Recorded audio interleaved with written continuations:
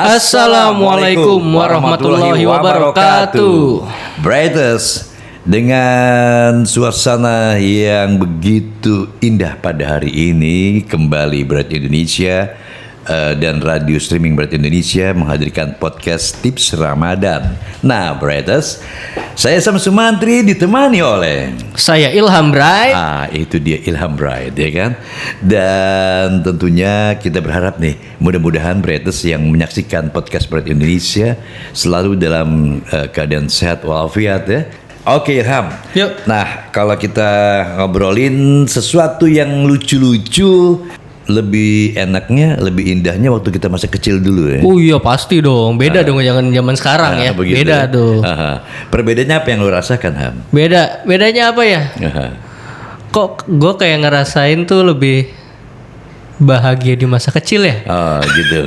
Lebih bahagia di masa kecil. Di masa kecil beneran deh dibanding sekarang maksudnya. Ya kebahagiaannya mungkin ada, cuman lain bentuknya. Lain bentuknya tuh. Kalau misalkan masa kecil bahagianya tuh apa ya? Kita sekedar dikasih jajan murah atau apapun lah, snack aja atau mainan murah pun kita udah seneng banget tuh, gitu kan? Udah kebagian tersendiri itu. Iya, udah kebagian tersendiri, gede banget, udah seneng banget lah pokoknya. Iya, Brothers. Sadar tidak sadar, yang terkadang kita merasa tergelitik oleh hal-hal yang sifatnya kita terbawa oleh alur ke masa kecil dulu. Kenapa kita bicara masa kecil dulu? Itu adalah masa yang sangat menarik ya kan. Contohnya nih kalau di bulan puasa seperti ini nih Ham, ya kan? Iya. Gimana tuh? Lu pernah nggak ada cerita nggak yang barangkali sampai sekarang lu tuh nggak pernah lewatin? Apa tuh? Momen-momen yang sangat lucu pas lagi puasa, Ham. Pas puasa nih. Kalau pas puasa nih, pas kecil tuh dulu, ya biasalah anak kecil ya. Iya. Pas lagi disuruh ngumpul. belajar, wah pas lagi mulai belajar puasa tuh ya sekitar awal-awal SD lah, biasanya kan kayak umur 7 sampai 8 tahun. Ya kadang kan kalau puasa kuat gak kuat ya. Kuat gak kuat kalau puasa biasanya. Berarti gak kuat nahan lapar dan haus. Haus yang parah. Yang parah. Lucunya nih saya dulu ya. Ya mohon maaf ya Bapak Ibu, mohon maaf deh kalau dulu saya bohong. Ya kalau puasa kan biasanya udah tengah hari, panas gitu kan, jam 12 siang, jam 1. Ya minum lah tuh. Entah jajan, entah apa. Bahkan kalau itu lagi di rumah, tahu dispenser kan? Iya betul. Dispenser kalau misalkan orang minum apa pakai gelas atau apa? Saya enggak. Buka dispenser, dikokok, glek. Gitu. Nah, sesudahnya ya udah. Udah lap udah. Muka seger lagi tuh. Muka seger lagi tuh. Bukan pasang muka lesu. Bukan muka lesu, seger aja biasa aja. Biasa. Itu yang namanya mengamankan diri. Dengan cara kebohongan. Tapi kalau bicara kita mengamankan diri dengan cara berbohong, itu gimana ya? Ada hal-hal yang kadang-kadang sadar tidak sadar kita pun melakukan seperti itu. Ya kan? Entah di posisi yang bagaimana dan di tempat yang bagaimana. Itu biasanya adalah karena keadaan yang mendesak kita seperti itu. Tapi ada sesuatu hal yang ilmiah barangkali Ilham bisa sampaikan. Sebenarnya kenapa sih apa yang menjadi orang itu bisa berbohong tuh disebabkan karena apa? Mungkin kalau sebelum kita mengarah ke sana kita coba cari tahu, kita coba kasih tahu dulu deh. Sebenarnya kebohongan tuh apa sih? Sebenarnya definisinya lah. Ya sebenarnya definisi kebohongan itu adalah manipulasi informasi, perilaku dan gambaran diri yang sengaja dilakukan dengan tujuan mengarahkan orang lain pada kesimpulan atau kepercayaan yang tidak benar gitu. Paham. Terus kalau misalkan pengertian yang lainnya juga, kebohongan itu adalah menceritakan hal yang tidak sesuai dengan kenyataannya atau fakta, baik sengaja ataupun enggak ya. Itu loh. Wah, itu sering kita jumpai itu Ham ya. Wah, sering banget. Ya kan? Menceritakan pengalaman orang lain atau diri kita sendiri tidak sesuai dengan apa yang kita rasakan atau kenyataannya gitu ya.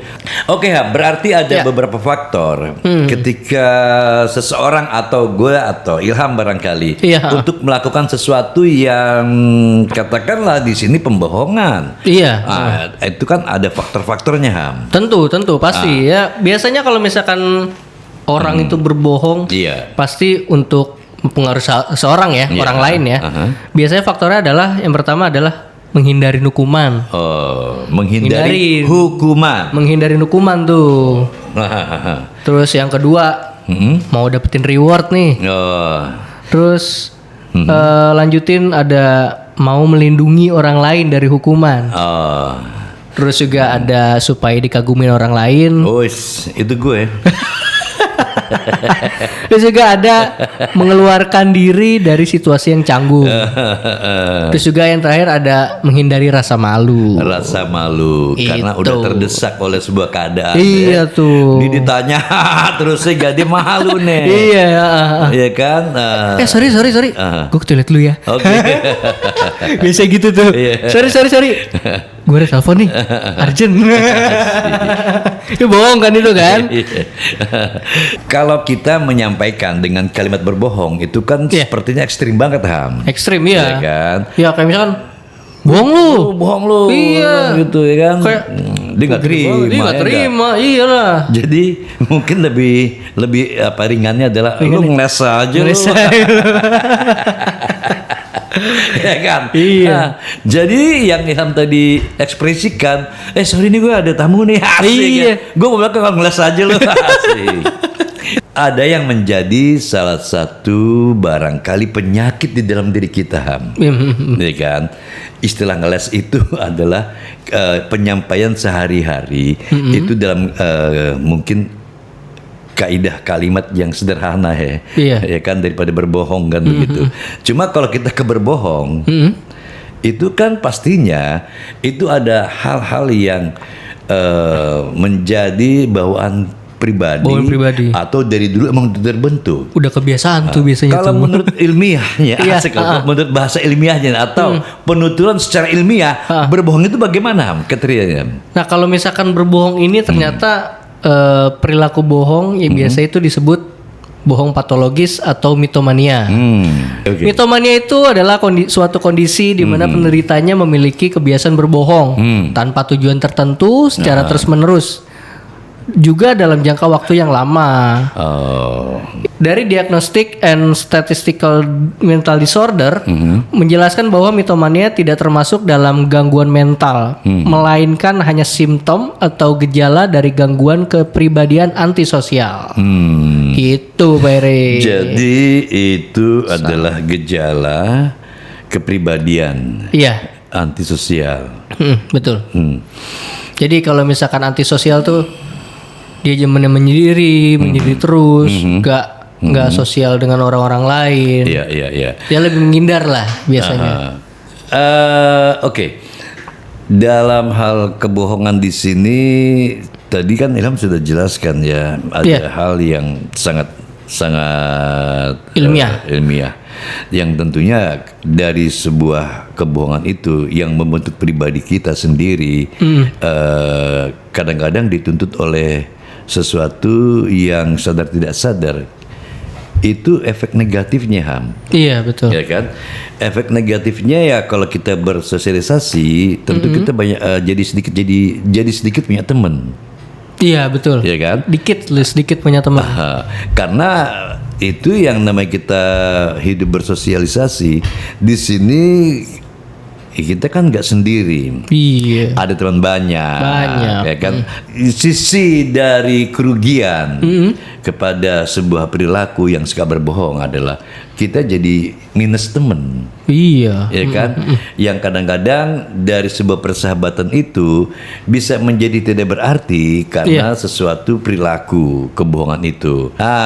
Ada perbedaan barangkali, Ham, antara berbohong, benar-benar berbohong secara kepribadian atau berbohong yang biasa gimana, Ham?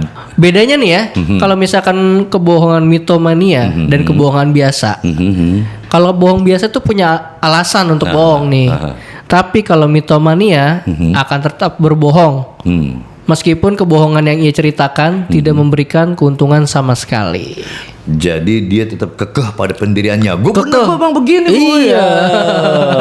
Padahal orang-orang udah tahu dia bohong tuh. Dia bohong gitu ya. Biasanya nih umumnya mitomania itu tentang pencapaian, terus juga perasaan, terus juga kehidupan sosial, usia, pendapat, dan lain sebagainya sih gitu. Iya. Terus juga beda juga penderita mitomania yang kebohongannya bersifat fantasi lah. Fantasi gue punya duit banyak, punya duit MM-an, punya duit triliunan. Itu juga suka tuh. Tapi bohong. Tapi bohong. Istilahnya pepesan kosong ya bro. Iya. Pepesan kosong. Iya benar. Oke, Breaders, pastinya di podcast Bread Indonesia lewat tips Bread Indonesia, semoga saja apa yang tersampaikan di perbincangan kami pada hari ini bisa memberi kemanfaatan. Ya kan? Mohon maaf apabila ada kata-kata yang kurang berkenan atau betul. Yang kurang relevan atau ya barangkali sesuatu hal yang sifatnya lu ngomong apa sih kan gitu ya. Karena kita ngobrolnya nyantai aja sih. Nyantai aja, nyantai. Ya kan? Selepas dari apa yang kita bincangkan pada kesempatan kali ini, yang tentunya kita mohon koreksi untuk Breaders. Yang untuk mau komen silakan komen. Oke, sampai jumpa kembali. Terima kasih sekali lagi. Terima kasih. Saya Samsu Mantri. Saya Ilham Bright. Pamit. Pamit. Wassalamualaikum warahmatullahi wabarakatuh.